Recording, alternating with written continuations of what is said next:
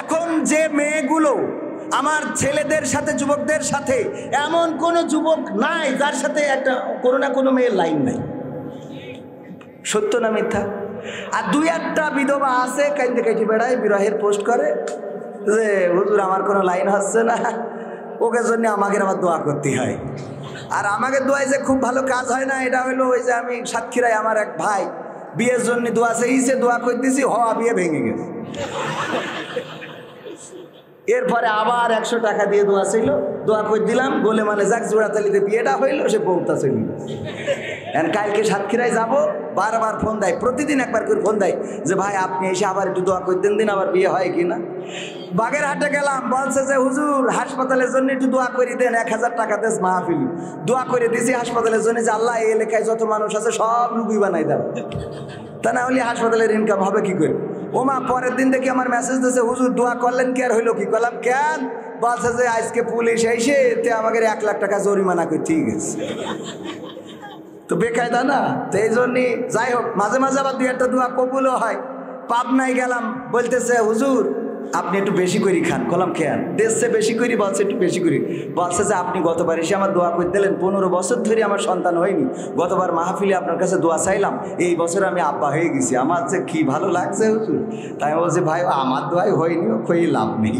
ওই সামনে আরো অনেক হুজুর ছিল, আমি তাকে নিয়ে আর দোয়া করেছি, কার দোয়া আল্লাহ কবুল করিয়েছে এটা আমি, কারণ এক হুজুরের কাছে যাই তো মানসি গ্রামে এক হুজুর এইছে এরম না মাদ্রাসায় পড়ানোর জন্য, তো হুজুরি যাই বলছে হুজুর বৃষ্টি তো হচ্ছে না, আমি তো পাটের বীজ বুনেছি, চারা হচ্ছে না, তো আমার একটু ওই দোয়া করে দেন যেন পাটের ক্ষেতটায় আল্লাহ একটু বৃষ্টি দেয়। তো হুজুর মনে করছে আমার দোয়া আছে জোর, তা তো জানি, বলছে ক্ষেত কোনটা, তো দেখাই দিয়েছে।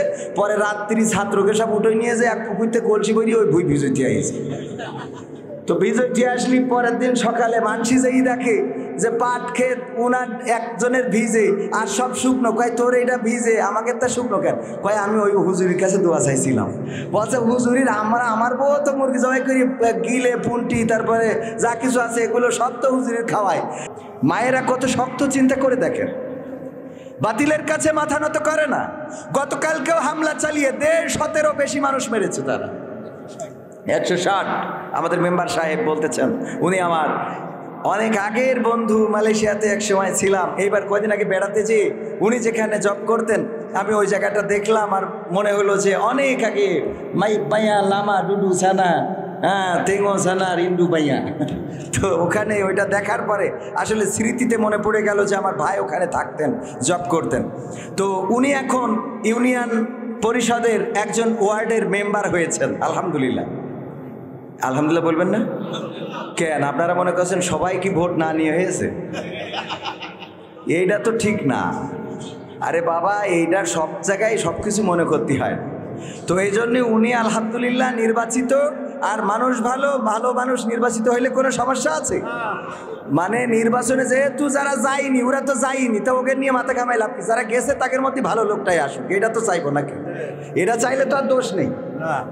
হ্যাঁ, আমার পরিচালক বলছে ঠিক আছে, তাহলে ঠিক আছে। আমার যুবকেরা দাঁড়ানো, আমি যেখানে যাই যুবকেরা কিছু দাঁড়াই থাকে, কারণ ওরা দাঁড়ায় থাকে, চলে যায় না, ওদের এনার্জি বেশি। আর আপনাদের এখানে তো এনার্জি বেশি দেখলাম, খানিক আগে পিটোপিটি শুরু করতেছে। এনার্জি আছে না নাই? আরও যখন এনার্জি ড্রিঙ্ক খাই তখন তো আর একটু পাওয়ার বাড়ে। তো এই জন্যে বলবো যে আমার যুবকেরা, আমি গতকালকে আল্লাহ মাফ করুন, একসময় ওয়াজ শুনতে যেয়ে যখন বক্তারা বলতো যে আমি আসলে খুবই ক্লান্ত, খুবই টায়ার্ড, মাহফিল করতে করতে অসুস্থ হয়ে পড়েছি, অনেক কষ্ট করে আজকে এখানে আসলাম। আমরা সামনে বসে থেকে মনে কথা, তোমার আসতে কইস কিনা, আইসিতে কাহিনী কও, কষ্ট, ক্লান্ত, টায়ার্ড, এই মনে করতাম। আরে আল্লাহ, এখন চাইলেও এই কথা বলা লাগে, না চাইলেও বলা লাগে, বের হয়ে যায়। গতকালকে মাহফিল করেছি লালমনিরহাট, আমার সফর সঙ্গী সাক্ষী, 10 হাত দূরেও গাড়িতে কিছুই দেখা যায় না, কুয়াশা। বললাম যে পুকুরের মধ্যে চলে গেলি বললেন।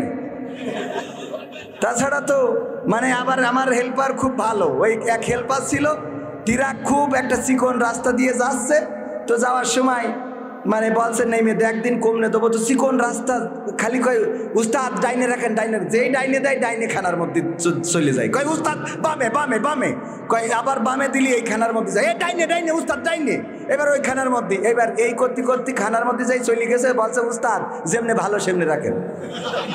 খানার মধ্যে চলে যাওয়ার পরে কয় যেমনে ভালো সেমনে রেখে দেন, সহ্য না করি পারা যায়? হ্যাঁ, তো এই জন্যই এখন আমি ওর বললাম যে তুমি, ও দেখে এরম করে তাকায় দেখছে, মানে আমি তো দেখছি এখন ওর, আমার চশমাতে না দেখলি হয় না, আর ও হইলো কানা, বোঝেননি? মানে আমি চোখে দেখিনি আর ও হইলো অন্ধ। কি অবস্থা! যাই হোক, তো যুবকেরা একটু বসা যাবে না শোনারা আমার? আল্লাহ রাসূল সাল্লাল্লাহু আলাইহি সাল্লাম যখন কোনো মাজলিসে আলোচনা করতেন, তখন যুবকেরা আসলে রাসূল গায়ের চাদরটা চেলে দিতেন যদি বসার কোনো জায়গা না থাকতো, কিংবা যদি বসার জন্য কোনো বিছানা না থাকতো, তো যদি প্রয়োজন হয় আমার চাদরটা চেলে দিতে আপত্তি নাই, কারণ রাসূল সাল্লাল্লাহু আলাইহি সাল্লামের সুন্নাত এটা। তো আমার যুবকেরা বসবে, এটা আমি বিশ্বাস করি, এবং আমার যুবকেরা আমাকে ভালোবাসে আমি জানি। আর যুবকদের দিয়ে এই সমাজের পরিবর্তন আসা সম্ভব, বলেন ঠিক কিনা? যারা বৃদ্ধ হয়ে গেছে তারা চাইলেও এখন আগের মতো এনার্জি পায় না। রাজপথে যে লড়াই করবে, যে বাতিল ধরো, বাতিল মারো, বাতিল ধরিতে নাস্তা করো, এটা কইতে পারবে না। হয়তো এটা বলতে পারবে যে হুজুর ধরো, হুজুর মারো, হুজুর ধরিয়ে নাস্তা করো, কারণ এটা করলে ওর বাধা দেওয়ার কেউ নেই। খেলা হবে, কে ওর বাধা দেওয়ার কেউ আছে? হুজুর মারতে চালি কোনো সমস্যা নেই, কিন্তু অন্য জায়গায় করলি কাঠি থাকবেন না। কলাম সত্য না মিথ্যা? কথা বলবো একদম অল্প সময়, 1 ঘন্টা থাকবেন ইনশাআল্লাহ।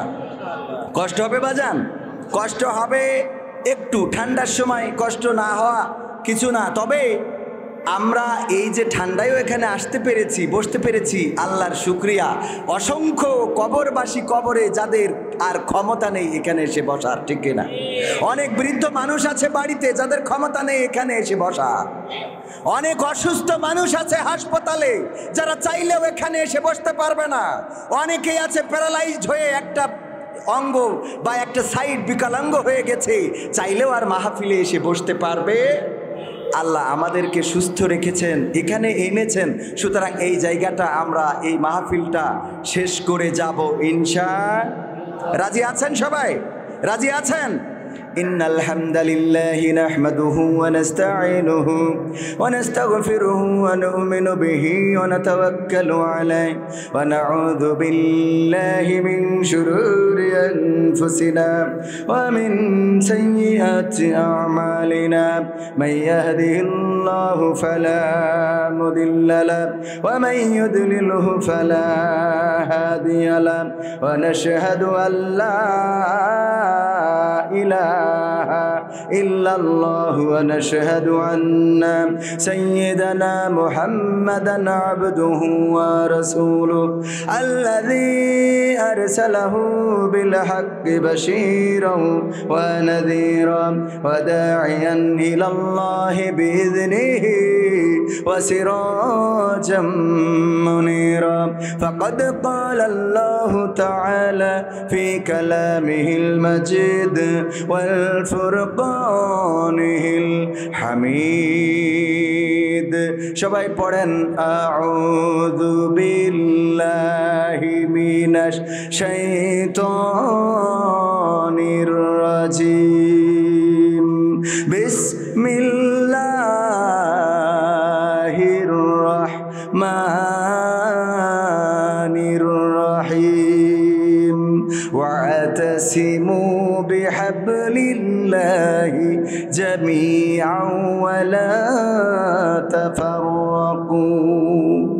وقال الله تعالى في شان حبيبي إن الله وملائكته يصلون على النبي يا أيها الذين آمنوا صلوا عليه وسلموا تسليما اللهم صل على سيدنا مولانا محمد وعلى آل سيدنا নবীর নামে দুরূদ শরীফ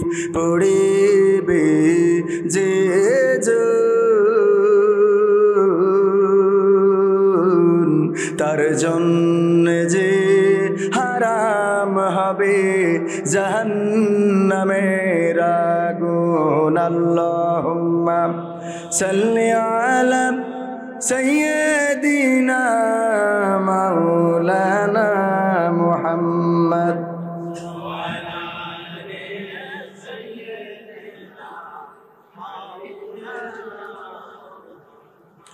আমি স্বপ্ন দেখি 56,000 বর্গ মাইল ঘিরে। আমি স্বপ্ন দেখি ৭১-এর মিছিল এসেছে ফিরে। আমি স্বপ্ন দেখি বাংলাদেশ পেয়েছে স্বাধীনতা। আমি স্বপ্ন দেখি নিভৃতে আজ কাঁদে না মানবতা। আমি স্বপ্ন দেখি মানুষে মানুষে ভুলেছে ভেদাভেদ। আমি স্বপ্ন দেখি সবার গায়ে পাঞ্জাবি সফেদ। আমি স্বপ্ন দেখি আজান হলে মসজিদে যাই ছুটে। আমি স্বপ্ন দেখি খোদার রহমানিছে সবাই লুটে। আমি স্বপ্ন দেখি সকাল হলে কোরআন বুকে নিয়ে। আমি স্বপ্ন দেখি মক্তব ভরে কোমল শিশুরা দিয়ে। আমি স্বপ্ন দেখি ঘরে ঘরে সবাই আল কোরআন পড়ে। আমি স্বপ্ন দেখি কোরআন দিয়ে সবাই জীবন গড়ে। এই স্বপ্ন যদি না হয় পূরণ, তবে এক নদী বুকে দুঃখ নিয়ে হবে যে আমার মরণ। আমি স্বপ্ন দেখি, আমি স্বপ্ন দেখি, আমি স্বপ্ন দেখি, আমি স্বপ্ন দেখি, আমি স্বপ্ন দেখি পর্দা করে চলে কিশোরী নারী। আমি স্বপ্ন দেখি রূপ নিয়ে কেউ করে না বাহাদুরি। আমি স্বপ্ন দেখি এফডিসি আজ পাল্টে গেছে ঝড়ে। আমি স্বপ্ন দেখি সেখান থেকেই ইসলামী ছবি গড়ে। আমি স্বপ্ন দেখি টিভির পর্দায় আলেমের ছবি ভাসে। আমি স্বপ্ন দেখি প্রতিটা মানুষ ন্যায়ের পথেই আসে। আমি স্বপ্ন দেখি অশ্লীলতা হয়েছে দেশে বন্ধ। আমি স্বপ্ন দেখি নেই তো মানুষ বাবা বধিরার বন্ধ। আমি স্বপ্ন দেখি মরে না মানুষ কোথাও অপঘাতে। আমি স্বপ্ন দেখি ক্ষুধিত শিশু কাঁদে না ফুটপথে। এই স্বপ্ন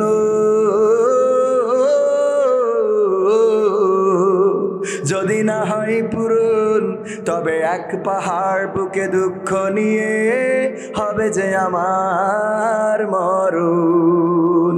আমি স্বপ্ন দেখি, আমি স্বপ্ন দেখি, আমি স্বপ্ন দেখি, আমি স্বপ্ন দেখি, আমি স্বপ্ন দেখি রাষ্ট্রপতির মুখেরা চুলের দাড়ি। আমি স্বপ্ন দেখি ক্ষমতা নিয়ে করে না কাড়াকাড়ি।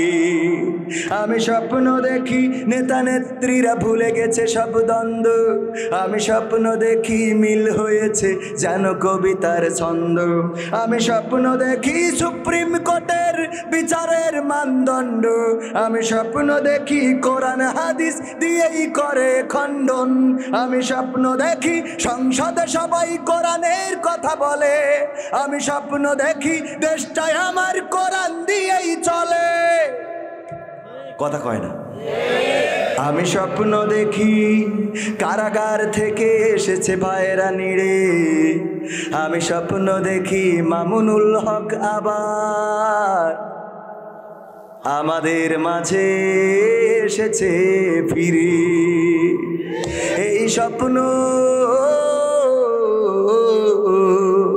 যদি না হয় পূরণ, তবে এক সাগর বুকে দুঃখ নিয়ে হবে যে আমার মরণ। কথা ঠিক আছে? স্বপ্ন দেখেন এই স্বপ্নগুলো। এই স্বপ্ন যদি দেখেন, এই স্বপ্ন দেখলে কি স্বপ্ন দেখেই রেখে দিতে হবে না পূরণ করতে হবে? যখন যারা বিয়ে করে ফেলেছেন, বিয়ে যতদিন করিলেন না ততদিন বাসর রাত, আরে বাবা ফুলের রাত, এই স্বপ্ন ছিল না? ছিল না? যে বিয়ে কেমন এইটা বউ আসলে কি হবে এই নিয়ে স্বপ্ন দেখতেন। যখন বিয়ে করা হয়ে গেছে মানে এই স্বপ্ন দেখেই তো একভাবে বিয়ে করেছেন, ঠিক কিনা? যে আব্বা বিয়ে দিয়াই লাগবে, যাই করে বিয়ে দেওয়া লাগবে। আপনার বিয়ের ব্যবস্থা করে দিয়েছে। যারা এখন বিয়ে করে নাই তারা বিয়ের স্বপ্ন দেখে। যারা এই যে নেতা, আমার মেম্বার হওয়ার আগে স্বপ্ন দেখতো যে ভোটে পাশ করবে, মেম্বার হবে, একদিন কাউন্সিলে চেয়ারে বসবে, তারপরে সেখানে ডিম নিয়ে নাকি একজন স্বপ্ন দেখছিল যে বিশাল বিল্ডিং বানাবে, মাথার উপরে ছিল কি ডিম। এই ডিম কি করবে? ডিম থেকে বাচ্চা ফুটাবে, মুরগি উঠবে, সেই মুরগি বেচবে, ছাগল কিনবে, ছাগল বেচে গরু কিনবে, গরু বেচে উট কিনবে, উট বেচে হাতি কিনবে, তাই বেচে ঘর বানাবে, ব্যবসা করবে, এই করবে তাই করবে। অনেক কর্মচারী থাকবে, উড়াইশি বলবে স্যার কেমন আছেন, আমি বলবো এই এখন সর, এই বলিছে মাথাতে ডিম পড়ে গেছে, ভেঙে গেছে, শেষ। তো এখন এই যে অবস্থা, যাই হোক আমি তো খেয়াল করি নাই, আমার নাম সবাই নিচে আর আমার উঠাইলো সবাই লাস্টে, এটা তো খেয়াল করি না। আমি মনে করছি মনে হয় আমার নাম মনে হয় উপরে রয়েছে, তো এটা অন্যায় হয়েছে। প্রধান বক্তা যিনি, প্রধান মুফাসসির যিনি, আন্তর্জাতিক খ্যাতিসম্পন্ন মুফাসসির, উনাকে আমার আগে দেয়া এটা মাহফিলের ইজ্জতকে ক্ষুণ্ণ করা আমি মনে করি। আপনাদের কি মনে হয়? এটা অবশ্যই ইজ্জতকে ক্ষুণ্ণ করা, এটা করবেন না। আমি তো পোস্টার দেখি নাই, লিফলেট দেখি নাই, দেখলে আমি কখনোই এটা করতে দিতাম না। তো আমি ক্ষমা চেয়ে নিচ্ছি যে আমাকে এই দেওয়ার জন্য। যাই হোক, আজকের এই তাফসিরুল কোরআন মাহফিলের সভাপতিত্ব করছেন জনাব হযরত মাওলানা হাফেজ আব্দুল আজিজ সাহেব, মুফতামিম সুবর্ণখালী হাফিজিয়া মাদ্রাসা। এছাড়া আমার আগে আলোচনা করেছেন হযরত মাওলানা রবিউল ইসলাম বিন ওয়াহেদ, ইমাম শারশা, মুফতি আব্দুল্লাহ আল মামুন নিজামী গোপালগঞ্জ এবং হযরত মাওলানা আবুল হায়াত সাহেব সাতক্ষীরা। আরও গণ্যমান্য ব্যক্তিবর্গ আছেন, মেম্বার আছেন, আরও অনেকেই আছে এখানে যাদের পায়ের জুতা বহন করার যোগ্যতা নাই। সামনে উপবিষ্ট দিনদার ইমানদার মুসলমান ভাই ও বাবাজিরা, পর্দার অন্তরালে রত্নাকর মা এবং বোনেরা, সবাইকে অন্তরস্থল থেকে সালাম জানাচ্ছি, আসসালামু আলাইকুম রহমতুল্লাহ। কষ্ট হচ্ছে বাজান? কষ্ট নেওয়া যাবে না, কারণ কষ্ট করেন না বলেই আজকে বাতিলেরা আমাদের মাথার উপরে ক্যারাম বোর্ড খেলা শুরু করে দিয়েছে, বলেন ঠিক কিনা? কষ্ট করতে আমাদের ইচ্ছা হয় না বলেই আমরা একটা অন্ধকার সমাজে চলে এসেছি, যেই সমাজটা পরিবর্তন করা আমাদের জন্য দুঃসাধ্য হয়ে দাঁড়িয়েছে, বলেন ঠিক কিনা? আগের সময়, যে সময় আপনারা ছিলেন মুরব্বীরা, মুরব্বীদের সামনে বিড়ি খাইতে গেলে সেই বিড়িটা কোথায় লুকাবেন? দেখা যাচ্ছে পাঞ্জাবির পকেটের মধ্যে ঢুকাই ফেলিয়েছেন, পাঞ্জাবির পকেট পুড়ে নিচেই পড়ে গেছে মুরব্বীদের সম্মানে। আর এখনকার তরুণরা মুরব্বীদের 4 আনাও দাম দেয় না, বলেন ঠিক কিনা? এই সমাজটা কেন আসলো, কাদের জন্য আসলো? আমরা ব্যর্থ, কারণ আমরা আমাদের সন্তানদের যে শিক্ষা দেওয়া দরকার সেই শিক্ষা দিতে ব্যর্থ হয়েছি, বলেন ঠিক কিনা?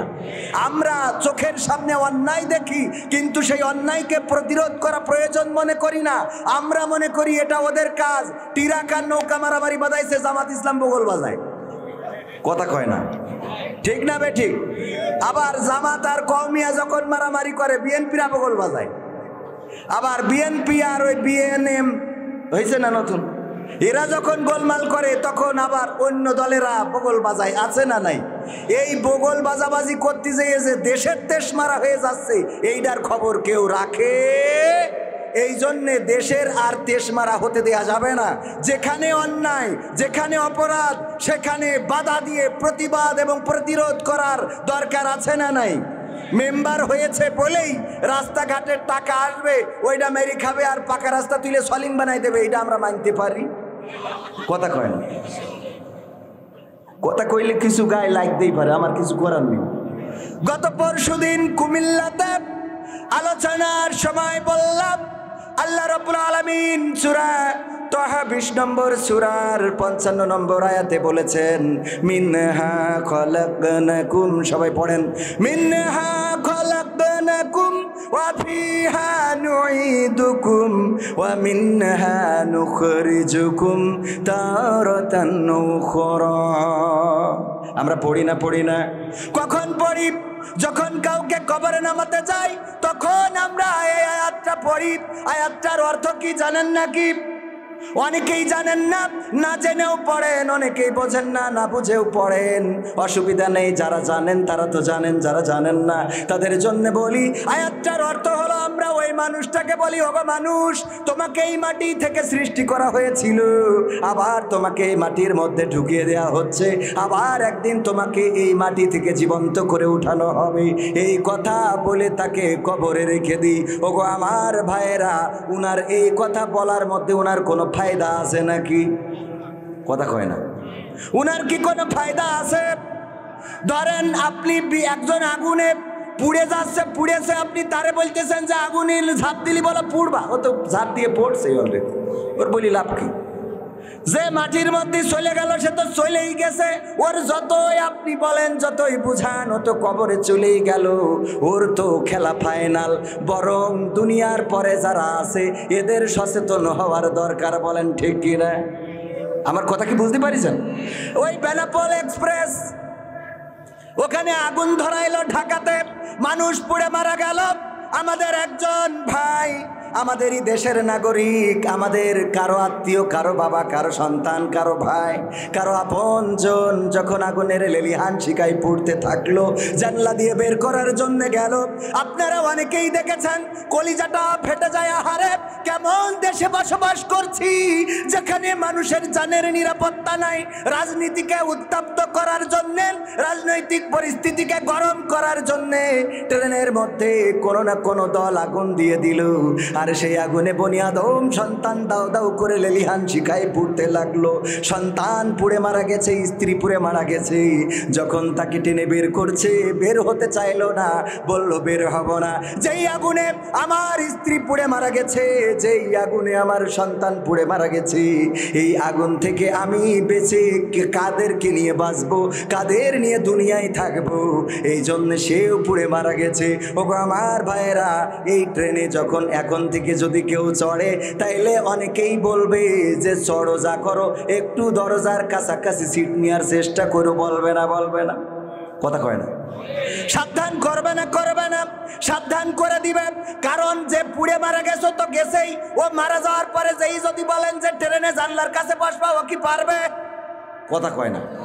ও তো আর পারবে না, কারণ ওর তো খেলা শেষ, চলে গেল জীবনের তরে, রাজনীতির বলির শিকার হলো।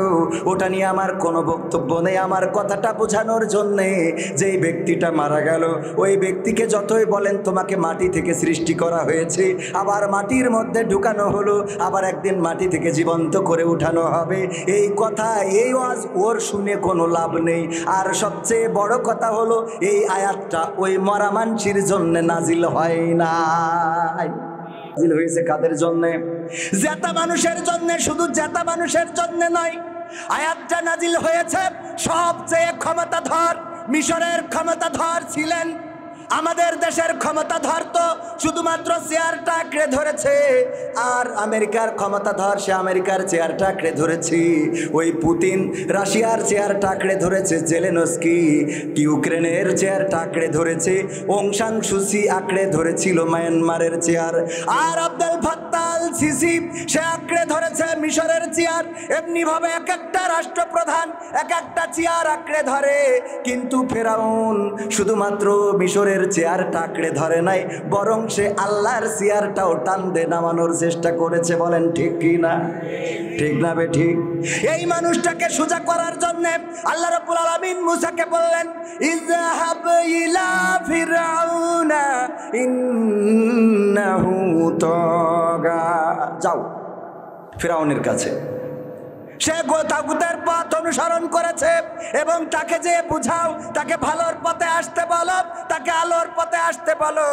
যদি সে তোমার কথা না শুনতে চায়, তাহলে তুমি তারে বুঝাবা। সূরা তহা, কোরআনের 20 নম্বর সূরা, আর এই আয়াতগুলো যদি পড়েন, দেখবেন কত সুন্দর করে আল্লাহ রাব্বুল আলামিন মুসা আলাইহিস সালামকে শিখাইয়ে দিয়েছে কিভাবে মুসার ফিরআউনের সাথে কথা বলতে হবে। ফিরআউনকে যে বলবা, ওগো ফিরআউন, সুন্দর নরম করে বলবা, ওগো ফিরআউন, তোমাকে এই মাটি থেকে সৃষ্টি করা হয়েছে, আবার তোমাকে এই মাটির মধ্যে ঢুকিয়ে দেওয়া হচ্ছে, আবার একদিন তোমাকে এই মাটি থেকে জীবন্ত করে উঠানো হবে।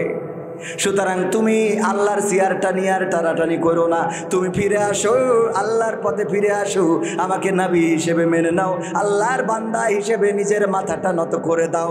এই আয়াতটা নাজিল হয়েছে ফেরাউনকে বলার জন্যে, আর আমরা এইটা বলি মরা মানসির কাছে যে, ঠিক না ঠিক?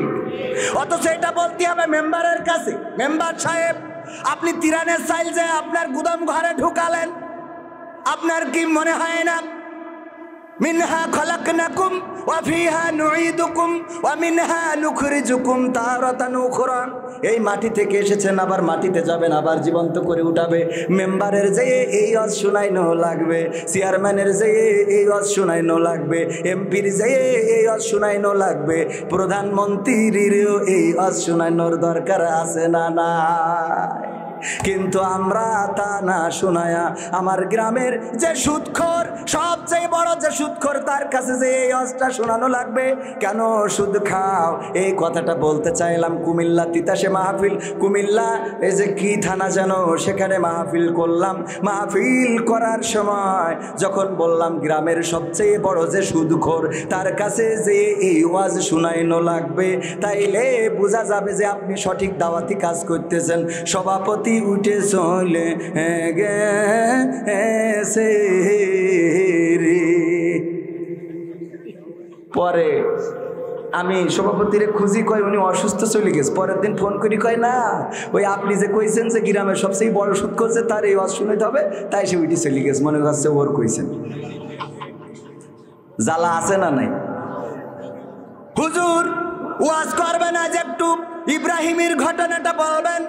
আমাদের নবী ইব্রাহিম আহারে কত কষ্ট করেছে ইসলামের জন্য গো, ও রে, একটু শোনাবেন গো হুজুর, একটু শোনাবেন রে। এবার হুজুর যখন ওয়াজ করেছে, ইব্রাহিম আলাইহিস সালামের আলোচনা করতে গেলি নমরুদের কথা আসবে না? আসবে না? কথা কয় না, একটু জোরে বলেন। আসবে না? আসবে না? যখন নমরুদের কথা এসেছে, নামাজ শেষে সভাপতি ডাক দিয়ে বলছে, হুজুর এইদিকে আসেন, এইদিকে আসেন। কি হয়েছে? আপনারা কইলাম ইব্রাহিম আলাইহিস সালামের জীবন নিয়ে আলোচনা করতে, আর আপনি নমরুদের কথা কেন টেনে আনলেন? বলছে ইব্রাহিম আলাইহিস সালামের জীবন নিয়ে কথা বলতে গেলে তো নমরুদের কথা এসে যাবে। আসবে না? আসবে না? আল্লাহ তো কোরআনে নমরুদ কত কষ্ট দিয়েছে, আল্লাহর রাসূল আল্লাহর নবী ইব্রাহিম আলাইহিস সালামকে আগুনে ফেলেছে। আল্লাহ বললেন, ইয়া নারু কুনি বারদাও ওয়া সালামান আলা ইব্রাহিম। আমার আল্লাহ বললেন, ও আগুন, তুমি আমার ইব্রাহিমের জন্য আরামদায়ক ঠান্ডা হয়ে যাও, শান্তিদায়ক হয়ে যাও। আগুন শান্তিদায়ক হয়েছে না হয় নাই? আলোচনা করতে গেলে নমরুদের কথা আসবে না? আসবে না? বলছে মুসা ইব্রাহিম আলাইহিস সালামের কথা বলতে গেলে তো নমরুদের কথা এসেই যায়। তখন বলতেছে, নমরুদের কথা বলেছেন তাতে অসুবিধে নাই, কিন্তু দেখছিলাম নমরুদের কথা বলার সময় আপনি আমার দিকে তাকাচ্ছিলেন। জ্বালা আছে না নাই? সময়টা তো বড্ড খারাপ, আপনি তো ভাই সব জানেন। বুঝে শুনে কথা বলে ওয়াজের রীতি টানেন, উস্কানি ফুস্কানি মূলক বলবেন না কোনো কথা। এই মঞ্চে রাজনীতি ভাই করবেন না অযথা। আমরাও ভাই কোরআন জানি, মানি মোটামুটি, ঝামেলাতে থাকি মাঝে মাঝে নিয়ে ভোটা ভুটি। মক্তবেতে শিখেছিলাম আলিফ বা তা সা, কোরআন হাদিস মোটেও জানি না এমন কিন্তু না। তাই রাজনীতি চলবে না ও হুজুর, রাজনীতি চলবে না।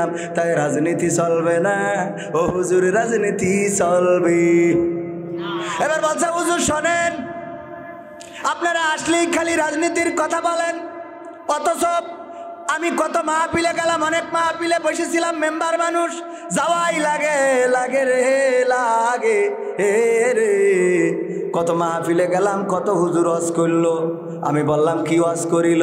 বলছে, ওই ঢাকাতে হুজুর আনিলাম, সেই হুজুরই ওয়াজ করিল কত মধুর সুর। কবরেতে গেলে পাবো 70,000 হুর। আরে বাহ, হুরির লোভ আছে না নাই? দুনিয়ায় হুরির পিছনে ঘুরে বেড়া আই রে আমার যুবকেরা। কয়দিন পরে 14ই ফেব্রুয়ারি লাইলাতুল ভালোবাসা দিবস। কি আছে না নাই? লাইলাতুল ভ্যালেন্টাইন্স ডে। ওই দিন গদখালিতে জাগা হয় না রে। আমি বললাম ফুলির দাম কেমন? বলছে হুজুর। আমি কি হুজুর মার্কা দাম কব না অন্য দাম কব? কলাম এর মধ্যে আবার দামের সমস্যা কি? বলছে আপনারা যখন আসেন গো তখন এক দাম, আর ওই নেটওয়ার্ক ছাড়া ছেলে পিলে আসলে আর এক দাম।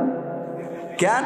বলছে যখন দেখি স্বামী স্ত্রী আসে বা আপনাদের মতো লোক আসে তখন ন্যায্য মূল্যটা নিই, আর যখন দেখি যে নিয়ে আইসে একটা বুঝি এর সামনে আদায় করে নিতে হবে, তা 300 টাকার জিনিস 700 বলে বসে থাকি। এখন মাথায় পড়াই ফেলাইছে, ওর মাথার তো আর খুলতে তো পারবে না, কারণ খুললি ভালোবাসা কাটাকাটি ও মকসেদে ছেলের সাথে আবার লাইন মারবে। ঠিক না বে ঠিক? কারণ তুমি কিনে দিতে পারো নি বাদ। হ্যাঁ, এরা মা বোন আছে না নাই? বিয়ের সময় কান্দে কান্দে গো। কেন কান্দে? আমার আব্বা বলতো ওই যে যখন বলে জগৎ মেম্বারের ছেলের সাথে মকসেদ মিয়ার মেয়ে বড় মেয়ের বিয়ে হচ্ছে, এত টাকা দেন মহরে, ও গো সকিনা তুমি কি রাজি আছো? হঠাৎ মনে পড়ে যাই, আরে আমি একটু বড় হওয়ার পরে আমাদের গ্রামে রাবুল্লাহ আমারে গদখালি নিয়ে যাইয়া ফুল কিনে দিছিল। ওরে আমি তো ওর মন রাখতে পারলাম না। কবুল। হ্যাঁ, এবার যখন বলে দ্বিতীয়বার আবার জগৎ মেম্বারের ছেলের সাথে তোমার ছেলের মেয়ের এত টাকা দেন মহরে বিয়ে, ও গো সখিনা তুমি কি রাজি আছো? বলে আমি যখন হাই স্কুলে পড়তাম গো রে, আমার ফেল করা মেম্বারের ছেলে কত নিয়ে গেছে ওই যে সিনাকছে, আর ওখানে অর্ডার দিয়ে দরজা পর্দা টেনে দিয়ে কত আরে মন রাখতে পারলাম না। কবুল। ঠিক না বে ঠিক? কষ্ট হচ্ছে আপনাদের? কয়েকজন একটু কষ্ট হইতেই পারে। আমি তো এই জন্যই তো বললাম যে আমি দু একজনের একটু মনে হয় শীত লেগে যাচ্ছে। আচ্ছা চলে যাবেন কিরা 12টার আগে শেষ ওঠেন দিন। ওই দু একজন চোখের সামনে উঠলে আমার ওইগুলো শয়তান মনে হয়। কারণ কি জানেন? আল্লাহ বলেছে ইয়া আইয়ুহাল্লাযীনা আমানু দুখুলু ফিস সিলমি কাফা ওয়ালা তাত্তাবিউ খুতুওয়াতিশ শাইতান ইন্নাহু লাকুম আদুউম মুবিন। আল্লাহ বলছে গো ইমানদারেরা তোমরা পরিপূর্ণভাবে ইসলামে দাখিল হয়ে যাও, শয়তানের পদাঙ্ক অনুসরণ করো না, কারণ সে তোমাদের প্রকাশ্য দুশমন। তো এখানে একটা ইসলামের মাজমা, জান্নাতের বাগান, রিয়াজুল জান্নাত, এখানে যার বসতে ভাল লাগে না চলে যায়, সে নিশ্চিত শয়তানের সাথে চলে যায়। সুতরাং যে যায় সে ডাইরেক্ট শয়তান। কেন? আরো একটা উদাহরণ আপনাদের দিয়ে বুঝাই দেবো। একবার একজন মানত করেছে আমার যদি একটা নাতি ছেলে হয় তাহলে আমি মাদ্রাসার এক গ্রুপ দাওয়াত করে খাওয়াবো, মাদ্রাসার ছাত্র দাওয়াত করে খাওয়াবো। ওই সময় ওর নাতি ছেলে না হয়ে নাতিন হয়েছে। পরের বার মানত করেছে আল্লাহ আমার যদি এইবার একটা নাতি ছেলে তুমি দাও তাইলে আমি মাদ্রাসার ছেলে পেলে খাওয়াতে চাইলাম, আল্লাহ তুমি দাওনি, এক মসজিদ লোক দাওয়াত করে খাওয়াবো। ওইবারও হয়েছে নাতিন মানে মেয়ে কন্যা, তখন বলছে আল্লাহ তাও দিলে না। পরের বার যখন পুত্রবধূ গর্ভবতী তখন বলছে আল্লাহ তুমি যদি এইবার নাতি ছেলেটা দাও তাইলে আমি শয়তান দাওয়াত করে খাওয়াবো। ওইবারই ওর একটা নাতি ছেলে হয়েছে। এখন চলে গেছে মেম্বারের কাছে। মেম্বার বলতেছে, মেম্বারে যেই বলছিস মেম্বার তেস মারা তো শেষ। কি তা আমি মানত করেছিলাম যে শয়তানের দাওয়াত করে খাওয়াবো আমার নাতি ছেলে হইলে, আগে মসজিদ মাদ্রাসা মানত করেছি, হয় নাই। তো এখন শয়তানের তো খুঁজে পাই না, আপনার সাথে কি পরিচয় আছে, দেখা সাক্ষাৎ আছে? কয় আমি তো কইতে পারবো না, আমি তো ছোট, আমি তো মেম্বার, চেয়ারম্যানের কাছে যাও, ওনার সাথে থাকতে পারে। তো চেয়ারম্যানের কাছে গেছে, চেয়ারম্যান কয় শয়তান খুঁজে লাভ কি, আমি কি কম শয়তান আছে, বাদ দাও। তো আমি আসলে এই ব্যাপারে ফতোয়া দিতে পারবো না, তোমরা ইমামের কোনো হুজুরের কাছে যাও। হুজুরের কাছে গেলে তো আমাদের এই হুজুরের কাছে গেছে, হুজুর বলছে শয়তানের সাথে আমারও দেখা হয়নি কোনোদিন, আমি তার চিনিও নেই। তো তবে একটা আয়াত পাইছি পবিত্র কোরআনে, সূরা বাকারায় আল্লাহ বলছেন ইয়া আইয়ুহাল্লাযীনা আমানু দুখুলু ফিস সিলমি কাফা ওয়ালা তাত্তাবিউ খুতুওয়াতিশ শাইতান ইন্নাহু লাকুম আদুউম মুবিন। আল্লাহ বলছে যে তোমরা পরিপূর্ণভাবে ইসলামে দাখিল হয়ে যাও, শয়তানের পদাঙ্ক অনুসরণ করো না, কারণ সে তোমাদের প্রকাশ্য দুশ্মন।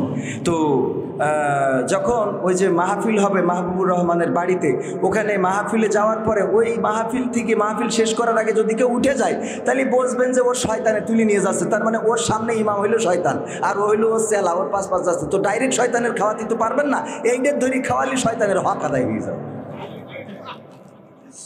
তাহলে এইবার বোঝেন যে যেটা উঠে যাচ্ছে ওর সামনে শয়তান আছে না নেই? আছে। আর যদি মুতু ধরে যায় ভিন্ন কথা, যদি এরম ধরে যায় ভিন্ন কথা। যাই হোক, তাইলে ওই কথা কি বলছিলাম, এরপরে যখন তৃতীয়বার বলে তখন 3 নম্বর বারে মনে হয় যে আমি কত অমুকের সাথে তমুকের সাথে এই মনে পড়ে, আর কান্দে, আর কয় তোরও মন রাখতে পারলাম না কবু। বলে না বলে না?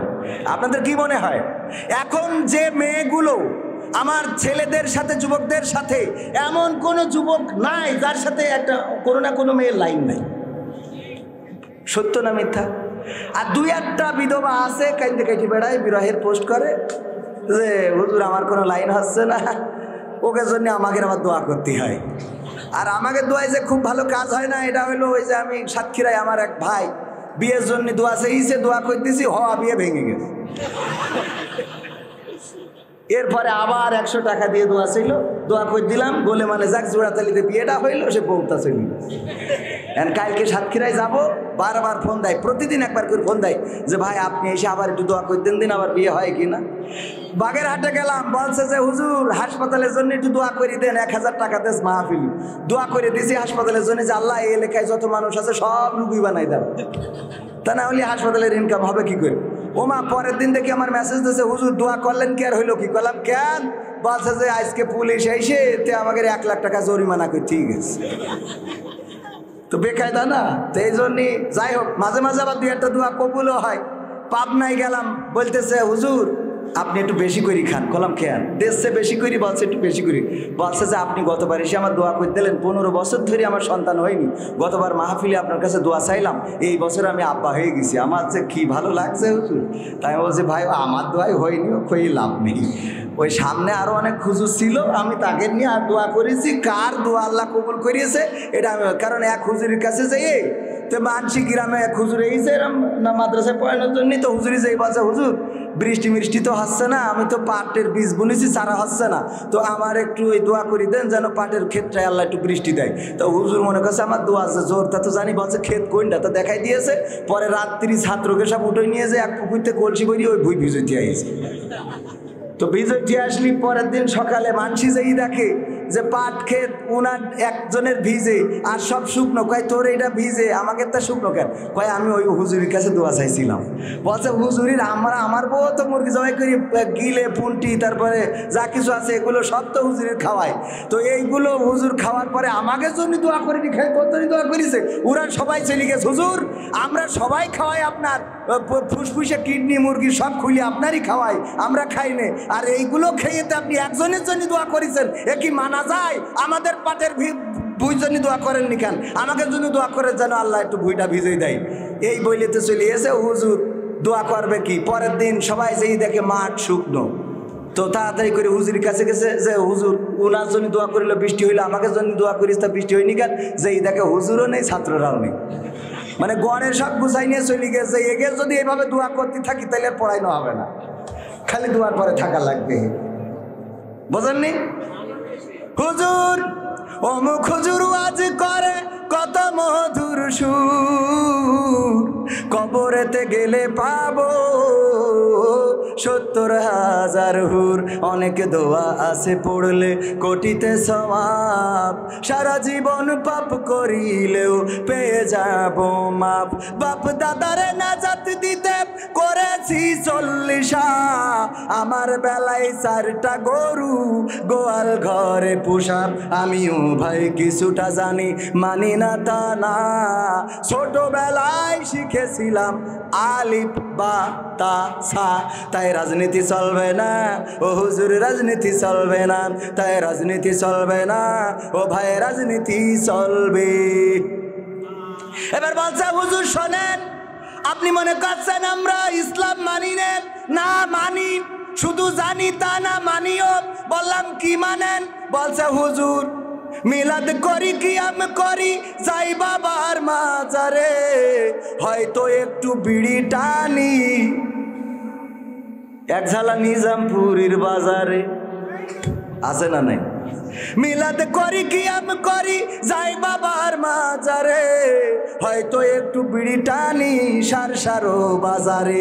ফজর নামাজ হয় না পড়া থাকি তখন নিদে, আল্লাহর কিরে হয় না কাজা নামাজটা দুই ঈদে।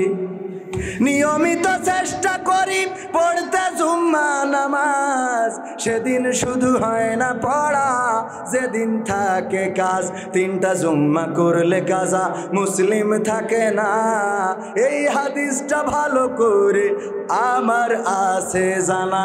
তাই রাজনীতি চলবে না ও হুজুর, রাজনীতি চলবে না, তাই রাজনীতি চলবে না ও ভাই, রাজনীতি চলবে। এবার বলছে হুজুর শোনেন, শুধু এই জায়গায় শেষ না, আরো কথা আছে। আমি বললাম কি কথা? বলছে হুজুর আরো কি করি। সেই শেষেরটা কি করে যেন, দেখো আমি সে ভুলে গেছি। হুজুর কি যেন করে রে, মনে পড়ছে না রে।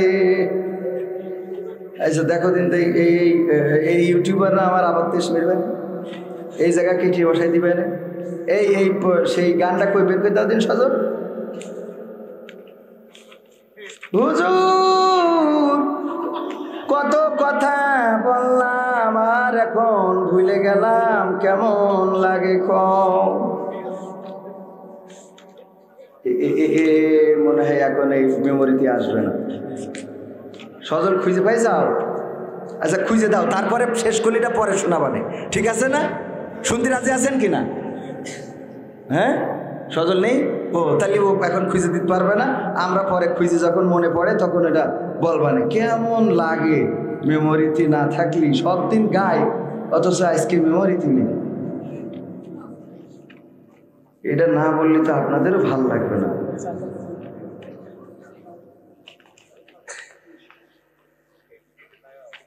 হ্যাঁ পাইছি।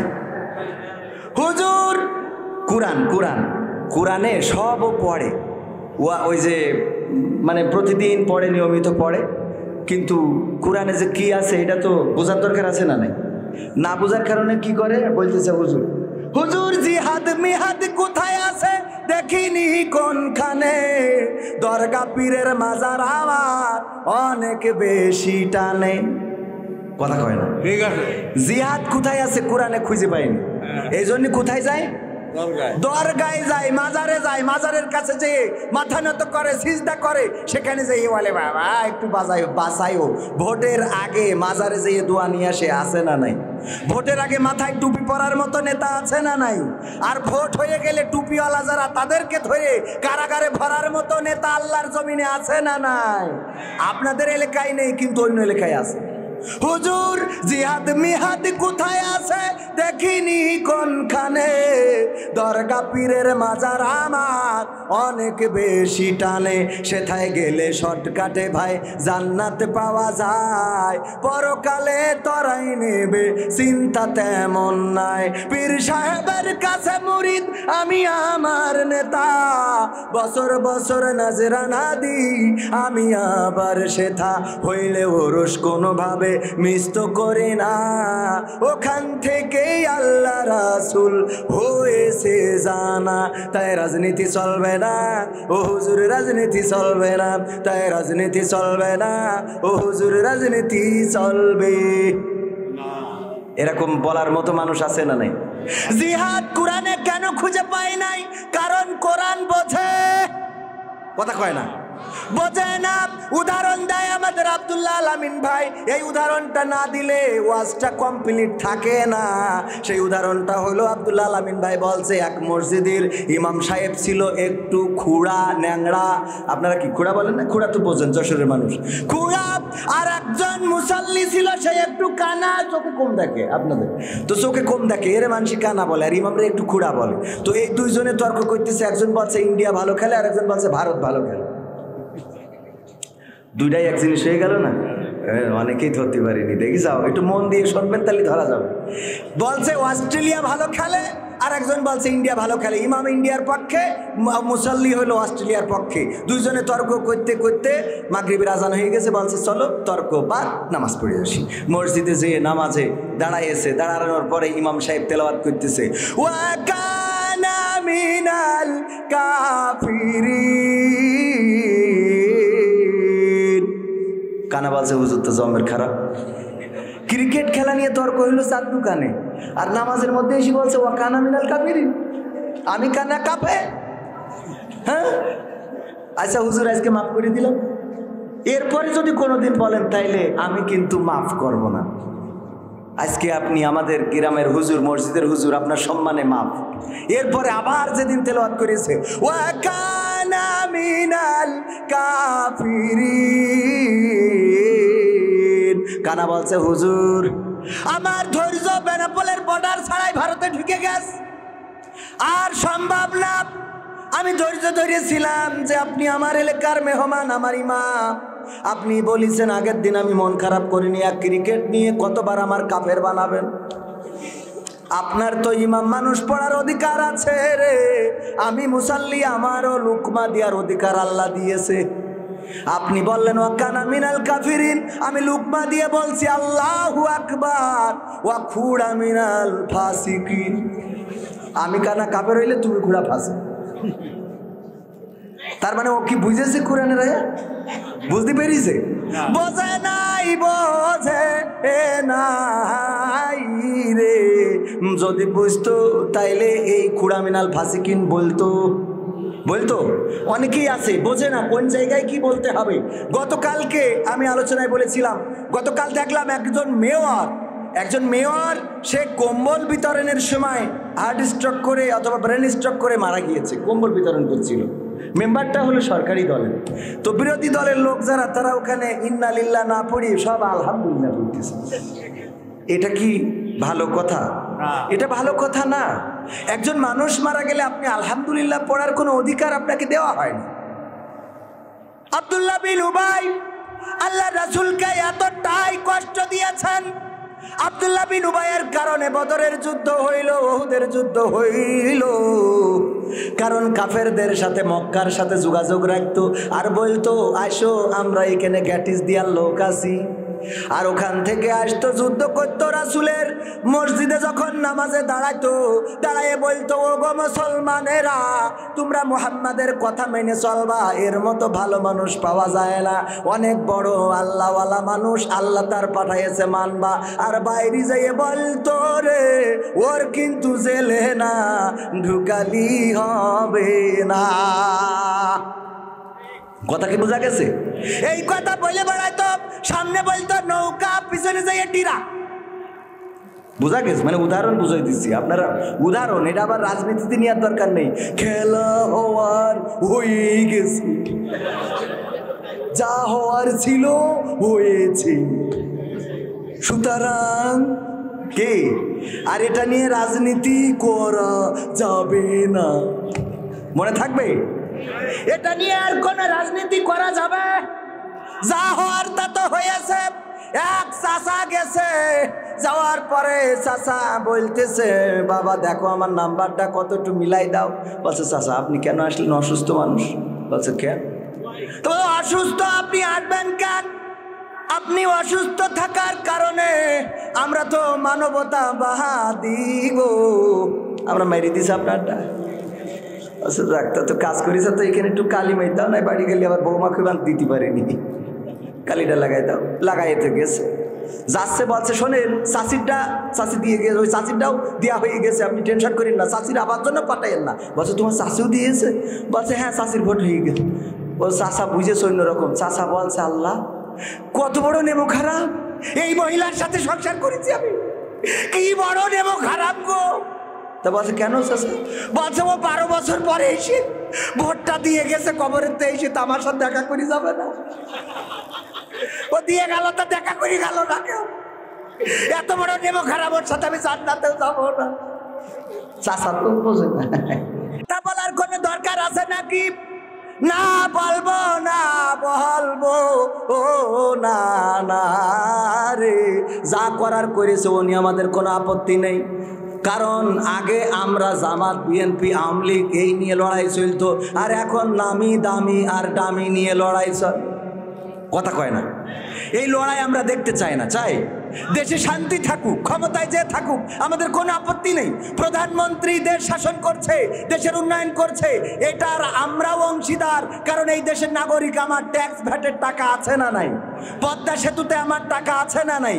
রাস্তার উন্নয়ন হইলে সেখানে আমার টাকা আছে না নাই? পাকা রাস্তায় যদি সলিং হয় আমার টাকা আছে না নাই? পাকা রাস্তায় সলিং হইলে আমার টাকা নেই, ওকের টাকা আমি খেয়ে তুইছি। কারণ 500 টাকা 1000 টাকা পেয়ে তেষ্টা মারি চাইলেন মনে নেই, তো সলিং হবে না তো অন্য কিছু হবে। পাকামো ও আমার ভাইয়েরা, এইটা নিয়ে আমাদের কোনো বক্তব্য নেই। আমাদের বক্তব্য হলো রাষ্ট্র ক্ষমতায় যারা গো, ওরা যদি কোরআন কায়েম করে দেয় আমাদের আর কোনো দাবি দাবা আছে? কোরআন কায়েম করলে আমরা তো কোনো নেতার অনুসরণ করিনি। যে অমুক নেতার, আমাদের নেতা একজন, তিনি হলেন আখেরি জামানার পয়গম্বর হযরত মুহাম্মদ সাল্লাল্লাহু। এর বাইরে আমাদের কোনো নেতা আছে? আমাদের জীবন আদর্শ এর বাইরে আর কেউ? আমরা দাড়ি রাখি কে জন্য? সাইড দাড়ি রেখেছি তাই? আমরা দাড়ি রাখি আমাদের নিজামের মুখে দাড়ি তাই? আমরা দাড়ি রাখি ফয়জুল করিম সাহেবের মুখে দাড়ি তাই? আমরা দাড়ি রাখি হাফিজুর রহমান সিদ্দিকী কুয়াকাটা হুজুরের মুখে দাড়ি তাই? না, আমরা দাড়ি রাখি আমার রাসূল দাড়ি রেখেছেন তাই, ঠিক না? আমরা পাঞ্জাবি পরি কারণ আমাদের কুয়াকাটা হুজুর পাঞ্জাবি পরে তাই? না, আমরা পাঞ্জাবি পরি, আমার রাসূলের পোশাক ছিল এটা, এই জন্য আমরা পাঞ্জাবি পরি। সম্মানিত ভাইরা, টুপি সব কিছু আমি খুব শর্টকাটে বলছি তো, সব মিলায়ে এই জন্য আমাদের কোনো নেতার পরিবর্তন আমরা চাই না, সরকারের পরিবর্তনও চাই না, ভোটের পরিবর্তনও চাই না। আমরা সেই নেতা চাই যেই নেতা সংসদে দাঁড়িয়ে বলবে এই রাষ্ট্র আল্লাহর জমিনে আল্লাহর বিধান ছাড়া মানব রচিত কোনো মতবাদ দিয়ে বাংলাদেশ চলবে না। বাংলাদেশ যদি চলতে হয় আল্লাহর কোরআনের আইন দিয়ে চলতে হবে। বলেন ঠিক কিনা? এই কথা যেই নেতা বলবে সেই নেতার পক্ষে আমরা আসি না নাই? কিন্তু যেই নেতা বলবে রাষ্ট্র ধর্ম ইসলাম সংসদে রাখবো না, সেই নেতারও আমরা সংসদে থাকতে দেব না। ঠিক না বেঠে? আমার সরকারও থাকতে দেয় নাই। ওদিক মাহিয়া মাহি তেস মারা খাইস, এদিক আবার টাকলা মোরাদ তেস মারা খাইস। ঠিক না বেটি? যে কটা বিতর্কিত সে কটা সব উইকেট পড়ে গেছে। পড়ে গেল না? সরকার বোঝে কাকে দিয়ে খেলা হবে, বোঝে না? বোঝে না? এই জন্যে মমতা জাপাও কাইনতেছে, কাইন্দে লাভ নাই, ফাইটটা যায় করি বেড়াইলে, তাই এটা তো হতেই হবে। ঠিক না বেঠি?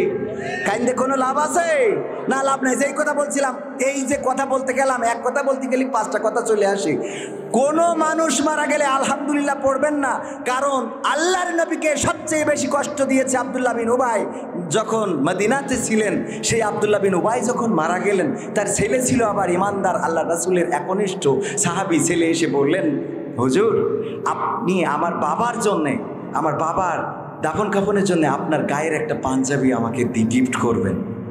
আল্লাহ রাসূল বললেন, দিব, নিয়ে যাব। বললেন শুধু তাই না, আমার বাবা জানাজাটাও আপনি পড়াবেন। রাসূল বলে নাই যে তোমার বাবা তো টিরাক করে বেড়াইছে, হ্যাঁ, আমার যে নূহ নবীর কিস্তি এটা বাদ দিয়ে তুই টিরাকে চলল, এটা কি মানা যায়? এটা বলেছে না? বলে নাই। আল্লাহ রাসূল বললেন, ওগো আমার সাহাবী, তুমি চাইলে জামা আমি দেব, তুমি বললে তোমার বাবার জানাজা পড়াতে আমি যাব, যাও জামা নিয়ে যাও। জামা নিয়ে গেল, জানাজার সময় হয়ে গেল গো। আল্লাহ রাসূল রওনা করলেন। ওমর রাদিয়াল্লাহু তাআলা আনহু খুব রেগে গেলেন, আল্লাহ রাসূলকে টান দিয়ে ধরলেন, ওগো রাসূল একটু দাঁড়ান, আপনি কি সত্যিই যাবেন তার জানাজা পড়াইতে? আল্লাহ রাসূল বলল, কেন যাব না? আমি তো দয়ার নবী, মায়ার নবী। আল্লাহ আমাকে পাঠিয়েছে, আমাকে নবী করে পাঠিয়েছে শুধুমাত্র তোমার জন্যে, আবু বকরের জন্যে, বেলালের জন্যে নয়, আমাকে বিশ্বের জন্যে রহমত করে পাঠিয়েছেন। আল্লাহর হুকুম যতক্ষণ না আসে রে, আল্লাহ যদি বাধা না দেয়, তাইলে আমি তার জানাজা পড়ানো থেকে বিরত থাকবো। আল্লাহর নবীকে ওমর রাদিয়াল্লাহু তাআলা আনহু বললেন, যদি আল্লাহ আপনাকে বাধা না দেয় তাহলে আমি সন্দেহ করি আপনি আসলে আল্লাহর রাসূল কিনা। কারণ যেই আব্দুল্লাহ বিন উবাই আপনাকে এত কষ্ট দিল, সেই আব্দুল্লাহ বিন উবাইয়ের জন্য আপনি দোয়া করবেন, সেই আব্দুল্লাহ বিন উবাইয়ের জন্য আপনি ফরিয়াদ করবেন, মুনাজাত করবেন, এটা তো আমি অন্তত মানতে পারছি না। আল্লাহর নবী রওনা করলেন, যখন যাচ্ছেন আয়াত নাজিল হয়ে গেল, রাসূল ব্যাগ চলে আসলেন, জানাজাটা পড়ালেন না। আল্লাহর রাসূল সাহাবীদের বললেন, ও আমার সাহাবীরা, আল্লাহ বলেছেন যদি 70 বারেরও বেশি বার তার জন্য হাত তুলি তাও কবুল করবে না। আল্লাহ যদি 70 বার লিমিট করে দিতেন তাইলে আমি 71 বার তার জন্য দোয়া করতাম। আল্লাহু আকবার বলবেন না? 70 বার যদি লিমিট করে দিত তাইলে আমি 71 বার দোয়া করতাম তার জন্য, যে আল্লাহ আমি 71 বার দোয়া করলাম, তুমি ক্ষমা করে দাও। এই ছিল আমার রাসূলের জীবন আদর্শ। আর আমরা আমাদের মতের বাইরে গেলেই মারা গিয়েছে আলহামদুলিল্লাহ, অমুক মারা গেছে আলহামদুলিল্লাহ। আবার কাল দেখলাম একজন স্ট্যাটাস লিখেছে ওই মেয়রের ওখানে, আমার কাছে স্ক্রিনশট করা আছে, মেয়রের ওখানে লিখেছে ইন্না মুজিবিল্লাহি ওয়া হাসিনিল্লাহি কাদের আজিউন। চিন্তা করতে পারেন, কোরআনের আয়াতকে বিকৃত করে ফেলেছে। নাউজুবিল্লাহ বলবেন না? নাউজুবিল্লাহ। কোরআনের আয়াত বিকৃত করার স্পর্ধা কাউকে দেয়া হয় নাই। এত বড় স্পর্ধা তোমাকে কে দিল যে আল্লাহ যে আয়াত নাজিল করেছেন সেটাকে তুমি বিকৃত করে উপস্থাপন করবা? আপনি এটাকে ছেলে খেলা মনে করেন না। বিরোধিতা করতে যে আপনি কোরআনকে বিকৃত করে ফেলছেন, কোরআনের আয়াতকে বিকৃত করে ফেলছেন, এটা কত বড় জঘন্য কাজ আপনি করছেন। এটাকে একবারও চিন্তা করেছেন? আল্লাহর কালামকে আপনি অপমান করেছেন। সত্য না মিথ্যা? আল্লাহর কালামকে আপনার স্বার্থে ব্যবহার করার কোনো সুযোগ আছে? কোনো সুযোগ নাই। কোরআনের সাথে যারা করবে দ্বন্দ্ব তাদের সাথে কবু হবে না আপোষ। কথা কয় না? কোরআনের সাথে যারা করবে দ্বন্দ্ব তাদের সাথে কবু হবে না আপোষ। জেল জুলুম হলেও হবে, জেল জুলুম হলেও হবে, বিবেকের কাছে তো রব নির্দোষ, আমার রবের কাছে রব নির্দোষ, মহান প্রভুর কাছে রব নির্দোষ। কোরআনের সাথে যারা করবে দ্বন্দ্ব তাদের সাথে কবু হবে না। কোরআনের কথা যারা বলে যাই আজ তাদের দমাতে কত ফন্দি, কাউকে ধরে নিয়ে দিচ্ছে ফাঁসি, কাউকে রেখেছে আজ বন্দি। ঠিক না বেঠে? জোরে বললে কি ভয় করে? বাতিলের ভয় কি আছে? মুসলমান আল্লাহ ছাড়া কোন মানুষকে ভয় পাওয়া তার জন্য হারাম। কারণ জীবনের মালিক কে? মরণের মালিক কে? হায়াতের মালিক কে? মৌতের মালিক কে? রিজিকের মালিক কে?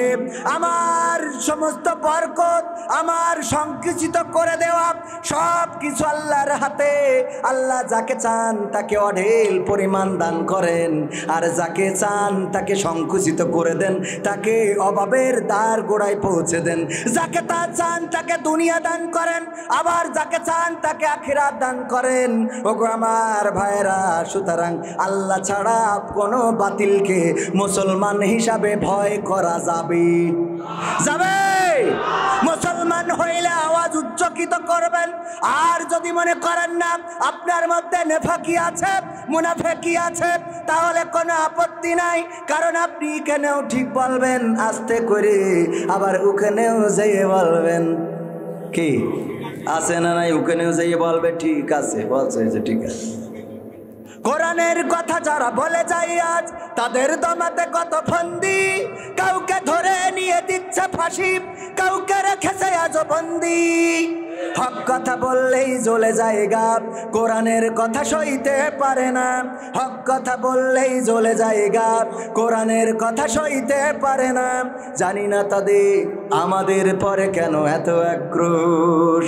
জেল জুলুম হলেও হবে, জেল জুলুম হলেও হবে, বিবেকের কাছে তো রব নির্দোষ, আমার রবের কাছে রব নির্দোষ, মহান প্রভুর কাছে রব নির্দোষ। কোরআনের সাথে যারা করবে দ্বন্দ্ব তাদের সাথে কবু হবে না। কোরআনের কথা আজ বলতে গেলে আসছে বাধা কত ভাবে। কোরআন প্রেমিকেরা হাতে রেখে হাত সামনে এগিয়ে যাবে। সেই মুসলমান কি আছে? নাকি যখনই কোনো আওয়াজ হবে সেই দৌড়? এমন দৌড়, বাড়ি যাওয়ার পরে স্ত্রী বলবে লুঙ্গি কই, কবে রাস্তায় খুলি হইরিস মনে হয়। এরাম দৌড় দিয়া কি যাবে নাকি? না, যাবে না। মুসলমান হিসাবে কোনো বাতিলকে ভয় করা যাবে না, কারণ আল্লাহ চাইলে মৃত্যু দিবেন, আল্লাহ চাইলে জীবন দিবেন। আল্লাহ রাব্বুল আলামিন বলেছেন, বলো ইন্না সলাতি ওয়া নুসুকি ওয়া মাহইয়ায়া ওয়া মামাতি লিল্লাহি রাব্বিল আলামিন। আমার আল্লাহ বলছেন, বলো নিশ্চয় আমার নামাজ, আমার কুরবানি, আমার জীবন, আমার মরণ সব আল্লাহর জন্যে।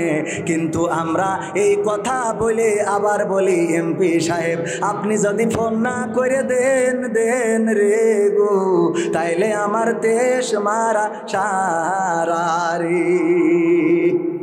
আছে না নাই? অথচ জীবন দেওয়ার মালিককে আল্লাহ এ ব্যাপারে অনেক বিশদ আলোচনা করবো না, আকর্ষণ। আর যেহেতু অল্প সময় আছে, মা বোনেরাও আছে, ওদের ব্যাপারেও দুই একটা কথা বলার দরকার আছে না নাই? মা বোনেরাও বিপথগামী হয়ে যাচ্ছে। আগে বুরখা ছেড়ে ভুল পথে যেত, আর এখন বুরখা পরে ভুল পথে চলে যায়। এমন আছে না নাই? বুরকা পরে ভুল পথে যায়। আমার মা বোনেরা যারা ভুল পথে চলেন, বলতে চাই, ওগো মা বোনেরা, এই দুনিয়ার জীবন শেষ নয়, একদিন পরকালের ময়দানে উঠা লাগবে, সেখানে পাপ পুণ্যের হিসাব দেয়া লাগবে। আল্লাহ বলবেন, ইকরা কিতাবাকা কাফা বিনাফসিকাল ইয়াউমা আলাইকা হাসিবা। পড়ো তোমার কিতাব, তুমি পড়ে তোমার হিসাব তুমি করে দাও। ওগো আমার ভাইরা, পরকালের ময়দানে যখন হিসাব করে দিতে বলবে, আপনি দেখতে পাবেন আপনার আমলনামায় কি লেখা আছে, ভালো না মন্দ, আপনি পৃষ্ঠা উল্টাইলেই পাবেন না। আজকে সারাদিন যা করেছেন যদি ভিডিও করা হয়, সেই ভিডিও দেখার পরে সারাদিন আপনি নামাজ পড়েছেন নাকি রোজা করেছেন, নাকি আপনি মেয়েদের পিছনে ঘুরে বেরিয়েছেন, নাকি পরকিয়া করেছেন, নাকি অন্যের আইল সুজাইল ব্যাখ্যা করেছেন, এইগুলো সব সিসি ক্যামেরায় ভিডিও হইলে দেখা যাবে না? কথা কয় না? যাবে না? যদি যায়, পরকালে আল্লাহ দেখাইতে পারবে না। আল্লাহ সব দেখিয়ে দিবেন। ওই দিন দেখবেন মা বোনেরা আমার, কোথায় আপনি বুরকা পরে অন্যায় করেছেন, কোথায় আপনি ইমোতে ভিডিও কলে কার সাথে কথা বলেছেন স্বামীর বাইরে, কার সাথে আপনি হাসি মনে কথা বলেছেন। স্বামী যখন ফোন দেয় আপনার মিজাজটা খারাপ হয়ে যায়, বলো কি হয়েছে? আর যখন আর দেওরা ফোন দেয়, আমার স্বামী আমার যেমন তেমন, দেওরে আমার মনের মতন রে। আছে না নাই? এরকম যদি থাকে, এটা পরকালে দেখা যাবে না? পরকালে দেখা যাবে। সুতরাং ভাইয়েরা আমার, মায়েরা আমার, পর্দা করে চলবেন। আল্লাহর কাছে দাঁড়ানো লাগবে, হিসাব দেওয়া লাগবে। আপনার স্বামীর আমানত, সেটা রক্ষা করবেন। রাসূল মেরাজ থেকে আসলেন, এসে বললেন, ওগো নারীরা, তোমরা দান সাদকা বেশি করে করো, কারণ তোমাদেরকে আমি দেখেছি জাহান্নামে বেশি দেখেছি তোমাদের। আল্লাহর নবীকে বলা হলো, ওগো নবী, কেন নারীরা এত জাহান্নামী? আল্লাহর নবী বললেন, কারণ নারীরা দুইটা অন্যায় বেশি করে, তার মধ্যে 1 নম্বর হলো জাহান্নামে যাওয়ার কারণ। 1 নম্বর, মা বোনেরা একটু কান খুলে শুনে নেন, 1 নম্বর কারণ হলো তারা স্বামীর প্রতি অকৃতজ্ঞ থাকে। আর 2 নম্বর কারণ হলো তারা বেশি করে অভিশাপ দেয়। কি দেয়? একজন আমার প্রশ্ন করছে, এক মহিলা ফোন দিয়েছে, হুজুর আমার স্বামী মারা গেছে কয়দিন আগে। তাই বললাম, আমি কি করব? আমার তো বিয়ে করা শেষ হয় না, এই জন্য দিনই আমি আমার স্বামীর মাঝে রাগ করে বলতাম, মরে না কেন? তুমি মরো না কেন? তোমার মালাকুল মউত দেখে না কেন? আজরাইল তোমার চেনে না কেন? আমি পারি না, আর পারি না, আমার স্বামী কেন মরে না? আজরাইল কি চেনে না আমার স্বামী রে গো? আমি পারি না, আর পারি না। বুঝা গেছে? এই কথা বলতাম। আসলে হুজুর, উনি মারা যাওয়ার পরে আমার বড্ড কষ্ট হচ্ছে যে আমার অভিশাপে মরল নাকি সত্যি ওর আবুল হায়াত শেষ। বোঝেননি? আমি বললাম, আমি কইতে পারবো না। দুলাভাই কি ভয় করে? মোনাজাত করবো তো? কোন কেন মোনাজাত করতে? আমি তো খারাপ কিছু করছি। খারাপ কিছু কইছি? ভাই কাছে মোনাজাত করে দেন, খারাপ লাগে না? আমার রাত করে উঠালেন, আমি যা কইতা তো আপনারা জেনে শুনে নিয়ে আসেন। আমার তো বক্তব্য, আমি তো কোনো দলের না, আমি ইসলামের। কিসের? আমি কিসের? প্রশ্ন করে বিএনপি নাকি আসো তুমি আওয়ামীতে, কেউ বা বলে জামাতে নাকি আসো তুমি হেফাজতে। প্রশ্ন করে বিএনপি নাকি আসো তুমি আওয়ামীতে, কেউ বা বলে জামাতে নাকি আসো তুমি হেফাজতে।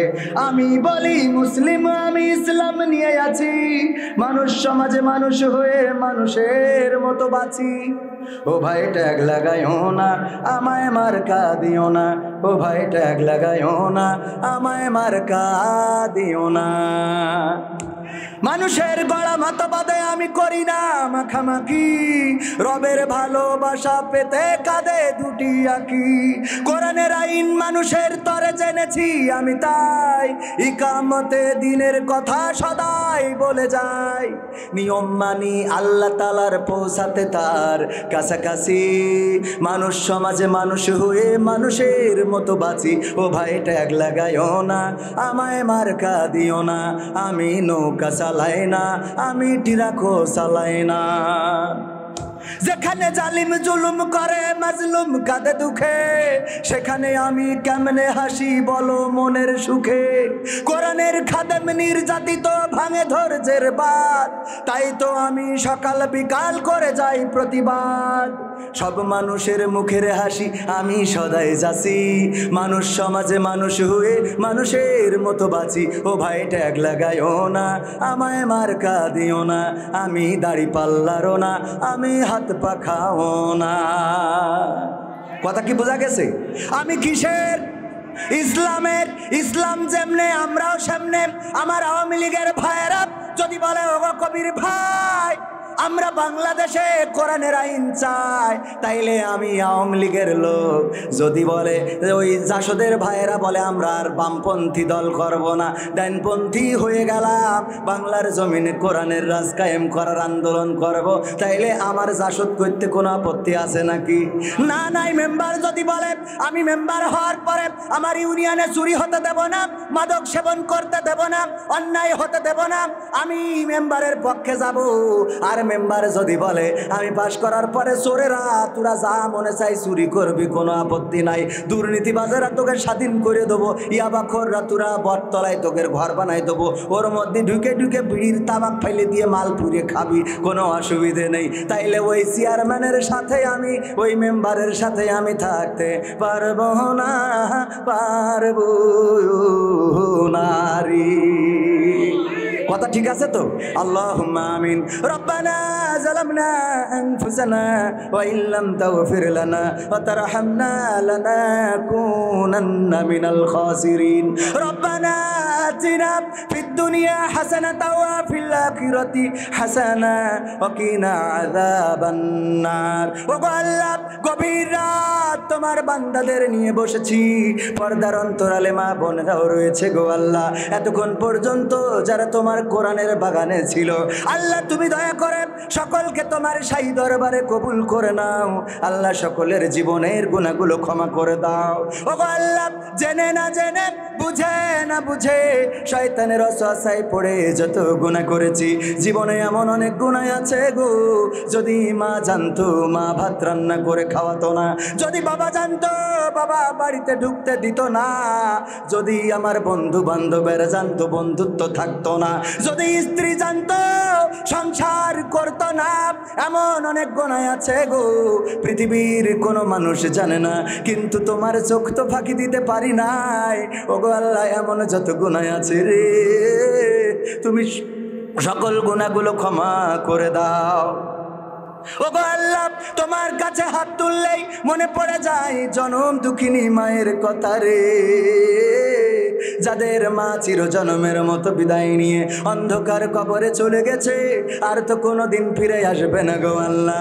ওগো আল্লাহ, শীতের রাত, মা যখন ঘুমাতাম মায়ের সাথে, যদি ল্যাপটা একটু আমার গা থেকে পড়ে যেত, আমাদের গা থেকে সরে যেত, কিংবা আমরা একটু ল্যাপের বাইরে সরে যেতাম, মা তাড়াতাড়ি করে ঢেকে দিত যে আমার ছেলেটা শীতে কাঁপুনি ধরে যাবে। ওগো আল্লাহ, সেই মা এই শীতের রাতে গহীন খবরে মাটির মধ্যে ঘুমিয়ে আছে, তাহারে কম্বল লাগে না, তার শীতের জন্য কোনো বস্ত্র দেওয়া লাগে না। গো আল্লাহ, কেমন আছে জানি না, জানি না। মা জননী যাদের নাই রে আল্লাহ, মায়ের খবরকে জান্নাতের বাগান বানাইয়া দাও। যাদের বাবা নাই, চিরজনমের মতো বিদায় নিয়ে অন্ধকার কবরে চলে গেল, ওগো আল্লাহ তোমার কাছে খাস করে ফরিয়াদ করি গো, তুমি বাবার খবরকে জান্নাতের বাগান বানাইয়া দাও। বাবা কত কষ্ট করলো, মাথার ঘাম পায়ে ফেললো, রোদে পুড়লো, বৃষ্টিতে ভিজলো, ওগো আল্লাহ সারাদিন কাজ করে সন্ধ্যাবেলা বাড়ি আসতো, গায়ে ময়লা মাটি, জামাটা ময়লা, লুঙ্গিটাতে কাদা মাটি লেগে থাকে, কিন্তু মুখ থেকে এমন নুরানি হাসি দেয়। সন্তানকে যখন বুকের মধ্যে টেনে নেয়, মনে হয় যেন 7 রাজার মালিক, 7 দেশের রাজা বাড়িতে ফিরে এসেছে। ওগো আল্লাহ, এই বাবা চিরজনমের মতো বিদায় নিয়ে চলে গেল রে, আজ আর বাবা খোঁজ নেয় না। কত সন্তানের ফোনে বাবার কল আসে, কিন্তু যারা বাবা হারিয়েছি তাদের আর বাবার কলটাই আসে না।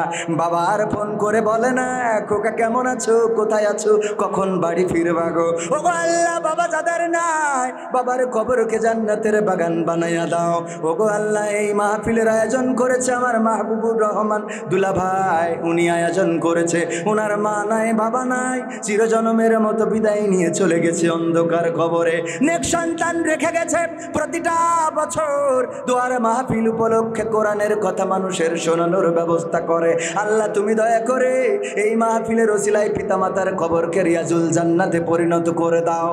ওগো আল্লাহ, তোমার কাছে খাস করে ফরিয়াদ করি, মাহফিলের পরিচালক, মাহফিলের সভাপতি, আমার আগে যারা আলোচনা করেছে, আমার পাশে বসে আছে আমার মেম্বার, জগৎ মেম্বার, অনেক ভালো মনের মানুষ, একই সাথে মালয়েশিয়াতে ছিলাম, একই সাথে কত ঘুরেছি বেরিয়েছি, আজকে সে একটা ওয়ার্ডের মেম্বার। আল্লাহ তুমি মেম্বারকে কবুল করে নাও, নেক হায়াত দিয়ে দাও।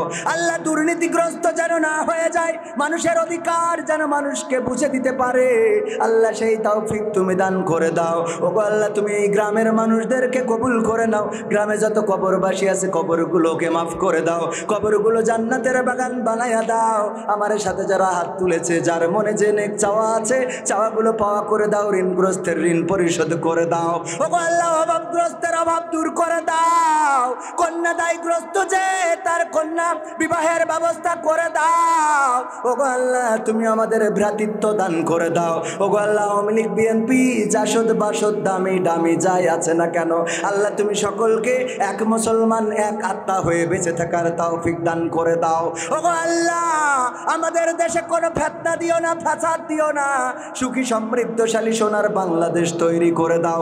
এই মাহফিলের সহযোগিতায় যারা ছিল, আল্লাহ তুমি সকলকে কবুল করে নাও। বাংলাদেশের প্রশাসন যারা এই মাহফিল করার সুযোগ করে দিয়েছে, আল্লাহ তুমি প্রশাসনকে কবুল করে নাও। এই ওয়ার্ডের মেম্বার, চেয়ারম্যান, আল্লাহ এই ওয়ার্ডে যারা নেতাগুতায় আছে সকলকে কবুল করে নাও।